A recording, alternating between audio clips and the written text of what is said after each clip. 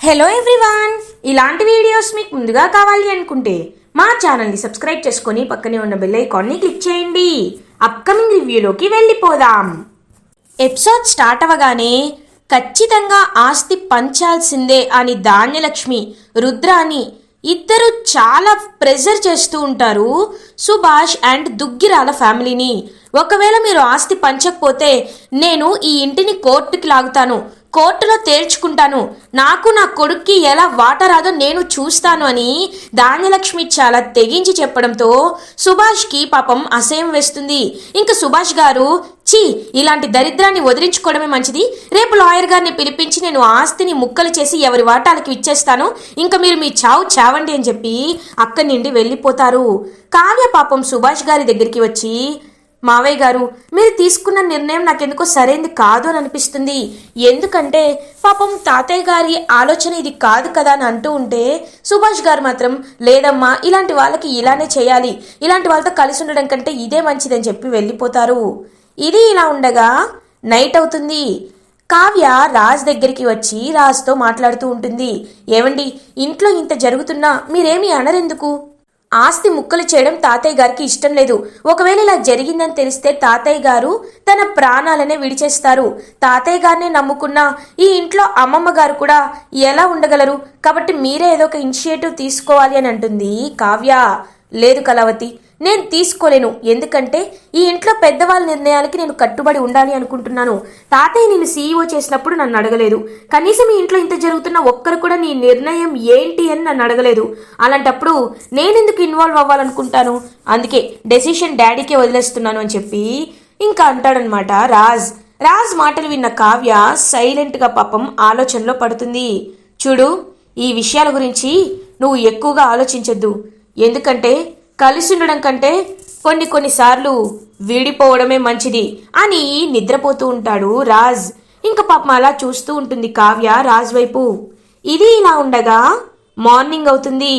సుభాష్ లాయర్ని ఇంటికి పిలిపిస్తారు. సుభాష్ గారు, నన్ను ఇంత అర్జెంటుగా ఎందుకు ఇంటికి రమ్మని అడిగారు అని అడుగుతాడు లాయర్. లాయర్ గారు, నేను మీతో ఒక విషయం మాట్లాడాలి అనుకుంటున్నాను. ఇన్నాళ్లుగా ఉమ్మడిగా వస్తున్న మా ఆస్తిని ముక్కలు చేయాలి అనుకుంటున్నాము. ఎవరి వాటా వాళ్ళకి పనిచేసి ఇవ్వాలి అని నేను అనుకుంటున్నాను. అందుకే వాటికి సంబంధించిన డాక్యుమెంట్స్ని ప్రిపేర్ చేయండి అని అంటారు సుభాష్. ఇంకా చాలా హ్యాపీగా ఫీల్ అవుతారు రుద్రాని అండ్ ధాన్యలక్ష్మి. రుద్రాని ధాన్యలక్ష్మితో, ధాన్యలక్ష్మి, మన కళ నెరవేరుతుంది. ఇంకా మన వాట మనకొస్తే నీ కళ్యాణి నువ్వు రాజుగా చూడొచ్చు, నా రాహుల్ని కూడా నేను రాజుగా చూసుకుంటాను అని అంటుంది రుద్రాని.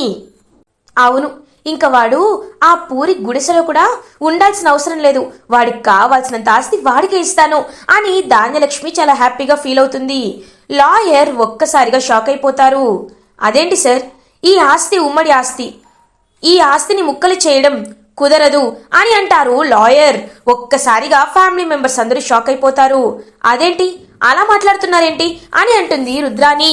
ఎందుకంటే దుగ్గిరాల సీతారామయ్య గారు వారం క్రితమే ఈ ఆస్తి ఎవరికి చెందాలి అని ఒక వీలునామా, పవర్ ఆఫ్ విల్ అనేది రాసిపెట్టి ఉన్నారు. ఆ లెటర్ని నేను ఇప్పుడు మీ అందరి ముందు చదువుతాను అని చెప్పి ఆ వీలునామా విల్ని చదవడం స్టార్ట్ చేస్తారు లాయర్. దుగ్గిరాల సీతారామయ్య అనబడే నేను నా యావదాస్తిని ఇన్నాళ్లుగా ఉమ్మడిగా ఉంచుతూ వచ్చాను. కానీ కొన్ని పరిస్థితుల వల్ల, కుటుంబంలో జరుగుతున్న కలహాల వల్ల ఈ ఉమ్మడి ఆస్తి విడగొట్టాలని ఎప్పటికైనా నా కొడుకులు, కోడళ్ళు, కూతుర్లు ఎవరైనా ఆస్తిని అడగచ్చు, వాటా పంచివ్వమని వాళ్ళు అడగచ్చు.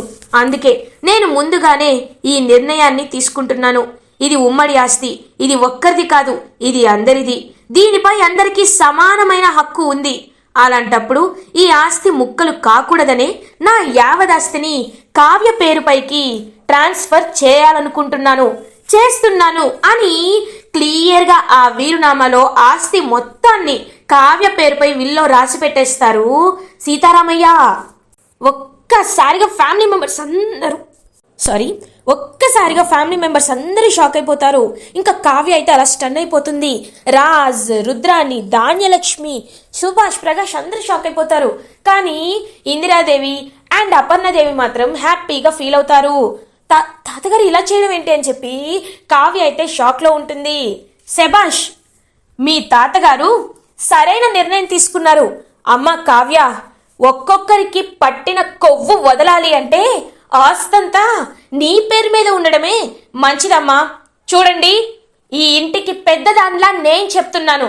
మా బావ సరైన నిర్ణయమే తీసుకున్నాడు. ఇప్పుడు మా యావదాస్తి మొత్తం కావ్యకే చెందుతుంది. మీరు ఎవరైనా ఈ ఇంట్లో చిల్లి గవ్వ కావాలి అన్నా మీరు కావ్యని అడగాల్సిందే, కావ్య చేత్తోనే మీకు ఇవ్వాల్సిందే. ఇప్పటికైనా అర్థమైందా అని అంటారు. ఇంకా ఇందిరాదేవి, నో, నేను ఒప్పుకోను అని అంటుంది రుద్రాని. ఒప్పుకోవడానికి నువ్వెవరు రుద్రాని అని అంటారు ప్రకాష్. ధాన్యలక్ష్మి, ఏవండి, ఏంటి మీకేం జరుగుతుందో అర్థం కావట్లేదా? అత్తయ్య గారు మావయ్య గారు పెద్ద కొడుకు పెద్ద కోడలకు పెద్ద మనవరాలకే ప్రాధాన్యత ఇస్తున్నారు. కనీసం మనకు ఆస్తిలో చిల్లి గవ్వ కూడా మిగల్చకుండా చేసేశారు అని బాధపడుతూ ఉంటుంది ధాన్యలక్ష్మి. ఓ అవునా అని అంటాడు ప్రకాష్. అయినా దీనిపై నేను ఊరుకునేదే లేదు. నేను కోర్టుకు వెళ్తాను, నా ఆస్తి నేను తీసుకుంటాను అని అంటారు రుద్రాని. మేడం, మీరు కోర్టుకు వెళ్ళినా మీకు బాగా ఫీజెస్ అవి ఎక్కువ అవుతాయి, కానీ లాయర్ ఫీజులు అవన్నీ వేస్ట్ అవుతాయి, కానీ లీగల్గా మాత్రం మీరు ఏమీ చేయలేరు మేడం. ఎందుకంటే ఒకసారి ఒక వ్యక్తి రాశాడు, వీలునామా రాశాడు అని అంటే ఖచ్చితంగా ఆ హెరిడిటీ అనేది ఆ సక్సెషన్ అనేది వాళ్ళకి మాత్రమే వస్తుంది. ఎవరి పేరైతే అందులో ఉంటుందో వాళ్ళకి మాత్రమే వస్తుంది. అది సొంత కొడుకు కూతురు కాకపోయినా వాళ్ళకి మాత్రమే వస్తుంది, according to the Indian contract act, succession act. కాబట్టి మీరు ఈ విషయంలో ఏమీ చేయలేరు అని చెప్తారు లాయర్. మమ్మీ, నిజమే మమ్మీ, మనం ఏమి చేయలేము అని అంటాడు రాహుల్. ఛ, ఇదేంట్రా అని అక్కడి నుండి వెళ్ళిపోతుంది రుద్రాని. అర్థమైంది కదా, అందరికీ ఎక్కడ బాగా తెగాలో అక్కడ తెగింది కదా, పద అని ఇంకా ధాన్యలక్ష్మిని కూడా ప్రకాష్ తీసుకువెళ్ళిపోతాడు. రాజు కూడా ఒక్కసారిగా అలా షాక్లో ఉండిపోతాడు. అపర్ణాదేవి కావ్య దగ్గరికి వచ్చి, చూడు కావ్య, మావయ్య గారు చాలా తెలివైన వారు. ఆస్తి ముక్కలు కాకుండా ఆయన బాధ్యతని నీ భుజాలపై పెట్టారు అని అంటారు అపర్ణాదేవి. సుభాష్ కూడా, చూడమ్మా కావ్య, నిజంగా నాన్నగారు ఇలాంటి నిర్ణయం తీసుకోవడం నాకు చాలా చాలా నచ్చింది. ఎందుకంటే స్థితప్రజ్ఞతతో ఎప్పుడూ ఒకేలా ఉండే నువ్వు కష్టం వచ్చినా, బాధ వచ్చినా, కోపం వచ్చినా, ఆవేశం వచ్చినా, ఏది వచ్చినా మన ఆలోచనని కోల్పోకుండా అందరికీ విన్ అండ్ విన్ సిచ్యువేషన్ని ఇస్తూ అందరి ఆలోచనని నువ్వు ఆలోచిస్తూ ఉంటావు. అందరూ బాగుండాలని కోరుకుంటావు. నిజంగా మా నాన్నగారికి నిజమైన వారసురాలివి నువ్వు. అందుకే మా నాన్నగారు నీకు ఆ బాధ్యతని అప్పచెప్పారు. ఇంకా మా చేతిలో ఏమీ లేదమ్మా. నీకు నచ్చినట్టు చెయ్యి, నీకు నచ్చిన నిర్ణయం తీసుకో, మేము దానికి అడ్డుపడము అని చెప్పి అక్కడి నుండి వెళ్ళిపోతారు హ్యాపీగా సుభాష్, అపర్ణాదేవి. కావ్య హాస్పిటల్కి బయలుదేరుతుంది. పాపం అలా దుగ్గిరాల సీతారామయ్య గారి దగ్గరికి వెళ్ళి ఆయన వైపు ఎమోషనల్గా చూస్తూ కోమాలో ఉన్న దుగ్గిరాల సీతారామయ్యతో ఇంకా మాట్లాడాలని ప్రయత్నిస్తూ ఉంటుంది. అప్పుడే డాక్టర్ వచ్చి, మేడం, ఆయన కోమాలో ఉన్నారు, కానీ మీరు మాట్లాడే ప్రతి మాట ఆయన చెవికి చేరుతుంది, ఆయనకి వినిపిస్తుంది అని చెప్తారు డాక్టర్. పాపం కావ్య అలా సీతారామయ్య గారి వైపు చూస్తూ, తాతయ్య గారు, మీరు నాకు ఇంత పెద్ద బాధ్యతని నమ్మకంగా అప్ప చెప్తారని నేను కల్లో కూడా ఊహించుకోలేదు. మీరు తీసుకున్న నిర్ణయానికి నేను శిరస వహిస్తాను. మీరు నాపై నమ్మకం ఉంచి నాపై మీ ఆస్తినంతటినీ రాశారు. మీ నమ్మకాన్ని నేను నిలబెట్టుకుంటాను. మీరు కోరుకున్నట్టే మీరు కోమా నుంచి బయటపడి కళ్ళు తెరిచిన మరుక్షణమే అందరినీ ఒక తాటిపై నడిపిస్తూ అందరి మధ్యలో ఉన్న గొడవలని, వాళ్ళ మధ్య మనసులో ఉన్న బాధలని, వాళ్ళకి ఉన్న అసూయ ద్వేషాలని తీసేసి అందరూ ఎప్పటిలా అప్పట్లో ఎలా అయితే ఉమ్మడిగా ఉండేవాళ్ళో అందరినీ అలా మీ కళ్ళ ముందుకి ఉమ్మడిగానే ఉంచి మీ ముందుకి తీసుకువస్తాను తాతయ్య గారు అని పాపం ఎమోషనల్గా మాట్లాడుతూ ఉంటుంది కావ్య. ఇంకా పాపం అలా కోమాలో ఉన్న సీతారామయ్య గారు ఇదంతా వింటూ ఉంటారు. ఇది ఇలా ఉండగా రుద్రాని రాహుల్ కూర్చొని డ్రింక్ చేస్తూ ఉంటారు. మమ్మీ, మనం ఎప్పుడు నైట్ కదా డ్రింక్ చేసేది, అలాంటిది ఇప్పుడే తీసుకురమ్మన్నావేంటి అని అడుగుతాడు రాహుల్. రే ఫుల్, నీకేం జరుగుతుందో అర్థం కావట్లేదా? ఆస్తంతా ముసలోడు ఆ కావ్య పేరు మీద రాసి పెట్టాడురా. ఇంకా కావ్య మనకి చిల్లి గవ్వ కాదు కదా, అడుక్కోవడానికి చిప్పు కూడా ఇవ్వదురా. ఇప్పుడేం చేయాలో అర్థం కావట్లేదు అని చెప్పి ఇంకా ఫుల్గా ఇరిటేటింగ్గా ఫీల్ అవుతూ ఉంటుంది రుద్రాని. అప్పుడే ధాన్యలక్ష్మి కూడా రుద్రాని దగ్గరికి వచ్చేసరికి ఇంకా గ్లాస్ని అయితే పక్కన పెట్టేస్తుంది రుద్రాని అని పిలుస్తుంది ధాన్యలక్ష్మి. ఏంటి ధాన్యలక్ష్మి, ఎందుకు వచ్చావు? మన ప్లాన్ ఫెయిల్ అయిందని కూర్చొని ఏడవడానికి వచ్చావా అని బాధపడుతూ ఉంటుంది రుద్రాని. అసలు మావయ్య గారు ఇలా చేస్తారని నేను కల్లో కూడా ఊహించలేదు. కనీసం ఈ ఇంటి రక్త సంబంధానికి కాకుండా ఎక్కడో బయట వచ్చిన వాళ్ళకి, ఆ కావ్యకి ఈ యావదాస్తిని రాయడం నాకు అస్సలు నచ్చటం లేదు అని అంటుంది ధాన్యలక్ష్మి. నీపై అంతో ఇంతో కావ్యకి సాఫ్ట్ కార్నర్ ఉంది ధాన్యలక్ష్మి, కానీ మాపై అది కూడా లేదు. నీకు ఎంతైనా ఇస్తారేమో, నాకు అది కూడా ఇవ్వరని నా ఫీలింగ్ అని అంటుంది రుద్రాని. రాహుల్ వెంటనే, మమ్మీ అసలు మనం ఇలా ఎందుకు ఆలోచించకూడదు? ఇప్పుడు ఆస్తి కావ్య పేరు మీద ఉంది. రాజ్ దగ్గర ఉన్న డాక్యుమెంట్స్ మార్చేసి సంతకం చేయమంటే ఖచ్చితంగా కావ్య సంతకం చేస్తుంది కదా, అప్పుడు ఆస్తి మందైపోతుంది అని అంటారు. ఒరేయ్ ఫూల్, కావ్య ఏమైనా నీలా తెలివి తక్కువదనుకుంటున్నావా? కావ్య అస్సలు సంతకం పెట్టదు. అయినా ఇప్పుడు రాజు కావ్యను కూడా సీఈఓ పోస్ట్ నుండి వెళ్ళిపోయేలా చేశాడు కదా, తనకి ఏం హక్కు ఉంటుందనరా అని అంటుంది రుద్రాని. నిజమే, మనం వెళ్ళి అడిగితే ఆ కావ్య ఇస్తుందా అని అంటుంది ధాన్యలక్ష్మి. చచ్చినా ఇవ్వదు ధాన్యలక్ష్మి, అందుకే మనం ఒక ప్లాన్ వేయాలి అని అంటుంది రుద్రాని. ప్లానా? ఏం ప్లాన్ అని అడుగుతుంది ధాన్యలక్ష్మి. చూడు ధాన్యం, ఈ విషయంలో నువ్వు మాకు సహాయం చేస్తానంటేనే నేను నీకు ప్లాన్ చెప్తాను అని అంటుంది రుద్రాని. తప్పకుండా చేస్తాను, నాకు నా కొడుకు సంతోషం కంటే ఏది ముఖ్యం కాదు. ఆ కావ్య ఎలా పోతే నాకెందుకు, ఆస్తి మన చేతికి రావాలి అది అని అంటుంది ఇంకా ధాన్యలక్ష్మి. ఆస్తి చట్టం ప్రకారం కావ్య చేతిలో ఉంది. ఒకవేళ కావ్య చచ్చిపోతే రాజ్ చేతిలోకి వస్తుంది. అప్పుడు రాజ్ని కన్విన్స్ చేయడం చాలా ఈజీ అని అంటుంది రుద్రాని. ఒక్కసారిగా రాహుల్ ధాన్యలక్ష్మి షాక్ అయిపోతారు. ఇంకా అలా షాక్లో చూస్తూ ఉంటారు. మామ్, ఏం మాట్లాడుతున్నావు మామ్ అని అంటాడు. అవును, ఆ కావ్య బ్రతుకుంటే మనకిప్పుడు కాదు ఎప్పటికైనా అడ్డు వస్తూనే ఉంటుంది. అందుకే నేను ఇలాంటి నిర్ణయం తీసుకోవాలనుకుంటున్నాను. ఖచ్చితంగా కావ్య చేస్తేనే మన ఆస్తి మన చేతికి వస్తుంది అని అంటుంది రుద్రాని. ఇంకా ధాన్యలక్ష్మికి అయితే శివరైపోతూ ఉంటుంది. ఏంటి ధాన్యలక్ష్మి, ఏమి మాట్లాడవేంటి అని అంటుంది. లేదు, ఇలాంటి విషయాల్లో నేనేమి మాట్లాడలేను అని అంటుంది రుద్రానితో ధాన్యలక్ష్మి. నీకు నీ కొడుక్కి ఆస్తి కావద్దంటే వదిలేయి, కావాలి అంటే నేను చెప్పినట్లు చెయ్యి అని చెప్పి ఇంకా అలా అక్కడి నుండి ప్లాన్ చెప్పేసి వెళ్ళిపోతుంది రుద్రాని. ఇంకా ఆలోచిస్తూ ఉంటుంది ధాన్యలక్ష్మి. ఇది ఇలా ఉండగా రుద్రాని అనామికకి కాల్ చేస్తుంది. ఏంటంటీ నాకు కాల్ చేశారు అని అంటుంది అనామిక. ఏం లేదు, నేను నీ సహాయం అడగడానికే ఫోన్ చేశాను అని అంటుంది రుద్రాని. నా హెల్పా? ఏం కావాలంటీ? మీరు నాకు అడిగినప్పుడు హెల్ప్ చేశారు, అలాంటప్పుడు నేను మీకు హెల్ప్ చేయనా? చెప్పండి, ఏం హెల్ప్ చేయాలి అని అడుగుతారు. మా ఇంట్లో ఆ ముసలాయన మొత్తం ఆస్తి ఆ కావ్యకి రాసిచ్చేశాడు. అందుకే కావ్య నుండి ఆస్తి మాకు దక్కాలంటే మేము ఒక నిర్ణయం తీసుకున్నాం, దానికి నువ్వు మాకు హెల్ప్ చేయాలి అని ఒక ప్లాన్ చెప్తుంది రుద్రాని. ఇంకా ఒక్కసారిగా ప్లాన్ విని షాక్ అయిపోతుంది అనామిక. వావ్, సూపర్ ఆంటీ, మీరు ఏదో అనుకున్నాను కానీ మీకు కూడా బ్రెయిన్ ఉంది. ఇప్పుడే ఆ కావ్యకి కాల్ చేస్తాను, చేసి మీరు చెప్పినట్టే చెప్తాను అని వెంటనే ఇంకా కాల్ కట్ చేస్తుంది అనామిక. ఇంకా అలా సామంత్ అయితే మాట్లాడుతున్న అనామిక వైపు చూస్తూ ఉంటాడు. అసలు ఈ అనామిక ఏం చేస్తుంది? తను నన్ను ప్రేమించడానికి వచ్చిందా, లేకపోతే నిజంగా నన్ను మోసం చేస్తోందా? లేదు, ఇన్నిసార్లు ఫోన్లో మాట్లాడుతుంది కేవలం ఆ దుగ్గిరాల ఇంటి పేరుపై వాళ్ళని చెడగొట్టాలి, వాళ్ళ ప్లాన్ పాడు చేయాలనే దానిపై తప్ప ఇంకా ఈ అనామికకి దేనిపై ధ్యాస లేదు. కాబట్టి నేను ఎలా అయినా ఈ అనామికని వదిలించుకోవాలి అని చెప్పి ఇంకా ఐడియా వేస్తూ ఉంటాడనమాట సామంత్. ఇది ఇలా ఉండగా కావ్య ఇంకా అందరికీ ఇంటికి వచ్చి వంట చేస్తూ అందరికీ డైనింగ్ టేబుల్పై వడ్డిస్తూ ఉంటుంది. ఇటువైపు ఈ ధాన్యలక్ష్మి రుద్రాని మాత్రం హ్యాపీగా ఏం మాట్లాడకుండా సైలెంట్గా భోజనం చేస్తూ ఉంటారు. ఏంటి మొసలి కన్నీరు కాల్చకుండా సైలెంట్గా భోజనం చేస్తున్నాయి అని అంటాడు ప్రకాష్. ఏంటండి, ఏదో మేము సైలెంట్గా ఉంటే మీకొక బాధ, మేము అరిచినా మీకొక బాధ. ఇప్పుడు ఆస్తంతా కావ్య పేరు మీదకి వెళ్ళింది, అప్పుడు మేమేం చేయగలం? మేము చేయడానికి ఏమీ లేదని మాకు అర్థమైపోయింది. అందుకే కాంప్రమైజ్ అయిపోవాలని డిసైడ్ అయ్యాం అని అంటుంది రుద్రాని. ఇంకా ధాన్యలక్ష్మి కూడా అలా సైలెంట్గా ఉండేసరికి ఒక్కసారిగా అందరూ షాక్ అయిపోతారు. ఏంటి, నువ్వు కాంప్రమైజ్ అవుతున్నావా? వినడానికి చాలా బాగుంది అని అంటాడు ప్రకాష్.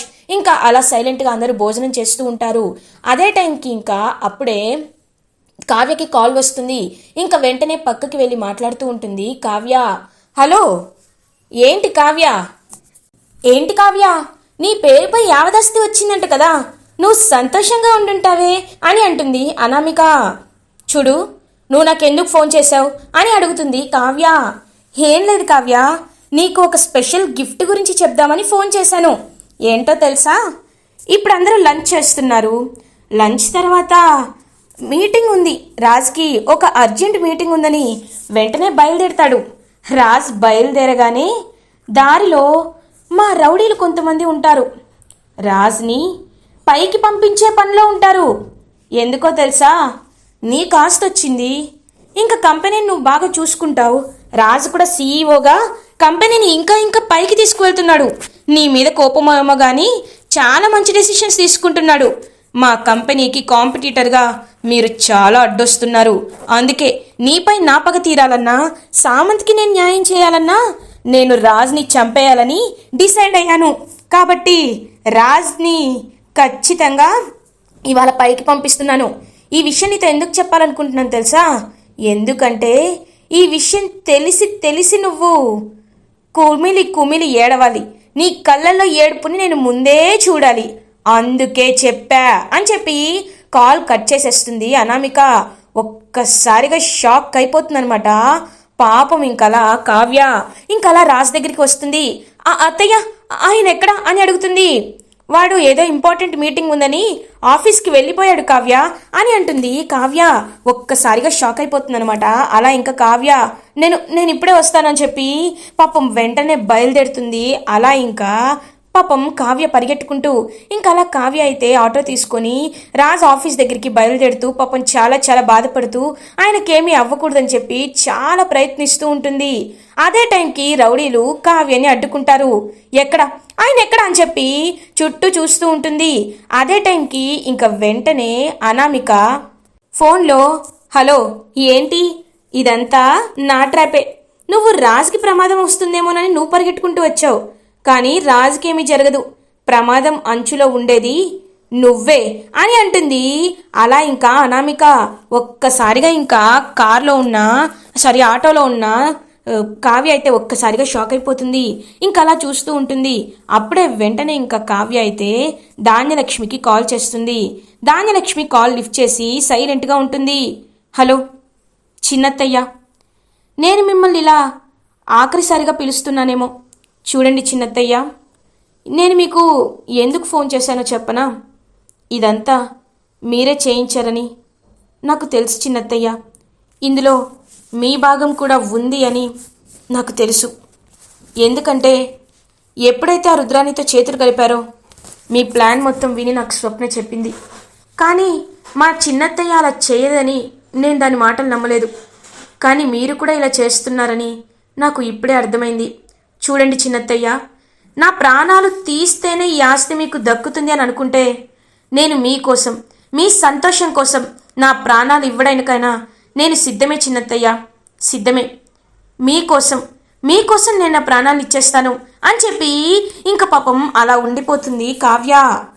ఇంకా అలా రౌడీలైతే పాపం కావ్య కాళ్ళు చేతులు కట్టేసి ఇంకా కావ్యకి అలా ఇంకా కారులో నుంచి గట్టిగా ఇంకా తన్నైతే అప్పుడే యాక్సిడెంట్ చేయాలని చూస్తూ ఉంటారు. ఇంకా కరెక్ట్గా అలా కావ్య యాక్సిడెంట్ అవ్వబోతూ ఉంటే రాజ్ వస్తాడు. రాజ్ వచ్చి వెంటనే కావ్యని పక్కకు లాగేస్తాడు. ఒక్కసారిగా కావ్య షాక్ అయిపోతుంది. ఇంకా వెంటనే రాజ్ అయితే అలా ఇంకా రౌడీలతో బాగా ఫైట్ చేస్తాడు. ఏరా, నా భార్యనే చంపాలనుకుంటారా అని అప్పుడు రాజ్ ప్రేమ అయితే బయటపడుతుంది.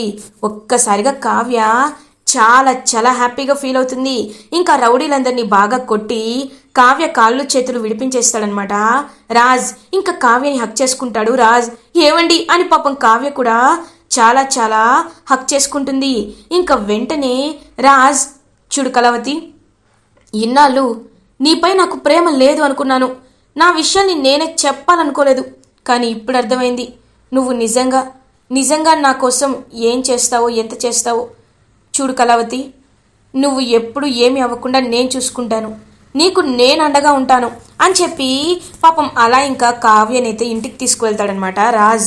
ఇంకా ధాన్యలక్ష్మి ఎప్పుడెప్పుడు కావ్య వస్తుందా అని చెప్పి కావ్య రాదేమోనని పశ్చాత్తాపంతో కుమిలిపోతూ ఉంటుంది. రుద్రాని ధాన్యలక్ష్మి దగ్గరికి వస్తుంది. ఏంటి ధాన్యలక్ష్మి, ఎందుకు బాధపడుతున్నావు అని అడుగుతుంది. ఛీ, నీలాంటి దాని మాటలు విని నేను కావ్యకి చాలా అన్యాయం చేశాను. తను చనిపోయే ముందు కూడా నాకు ఫోన్ చేసి మీకోసం నేను చచ్చిపోతానత్తయ్యా అనింది. అలాంటి మనిషి ఎవరైనా ఉంటారా? ఎవరైనా ఏ విషయంలో అయినా అబద్ధం ఆడతారు, కానీ చావు దగ్గరికి వచ్చేసరికి అబద్ధం ఆడరు. కావ్య మనసు బంగారం.